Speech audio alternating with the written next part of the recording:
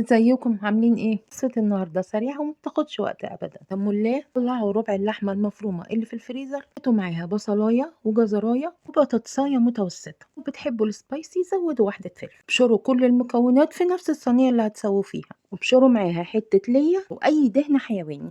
ضيفوا الملح المناسب، ضيفوا ملح وفلفل اسود، بابريكا، كزبرة وكمون، معلقة صغيرة من كل حاجة. لو متوفرة بيضة ضيفوها. زووا المكونات، ساووا سطحها في نفس الصينية، بدأوا قسموها زي الجلاش كده، وبعد كده حطوها في فرن درجة حرارته 180 لمدة تلت ساعة. وصفة لذيذة، تحضيرها ما بياخدش وقت أبدا، وريحتها وطعمها تحفة.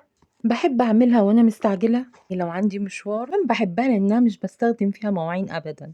مش قادرة أقول لكم لذيذة قد إيه. تتاكل مع مكرونة، تتاكل مع رز بالكاري أو سندوتشات دونر. جربوها وقولوا لي رأيكم فيها. مش تحطوا لايك للفيديو. أشوفكم في فيديو جديد. باي باي.